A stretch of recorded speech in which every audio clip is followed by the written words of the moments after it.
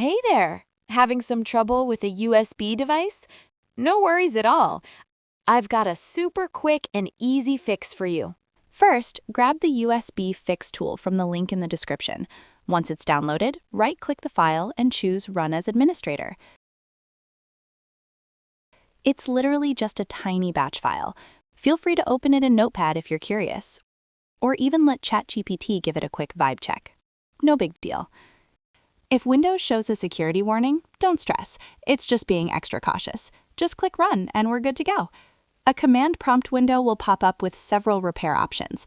To apply all fixes at once, simply type 6 and press Enter. Now watch the tool work its magic automatically. It'll rescan your hardware, restart background services, and reinstall important drivers. If you see a couple of does not exist errors, ignore them. The tool is just checking for settings that might not be on your specific OS version. Once you see all fixes applied successfully, unplug your USB device, restart your computer, then plug it back in. And that's it. Your USB should be working perfectly again. Easy peasy. You've got this. Let me know in the comments if it fixed it for you.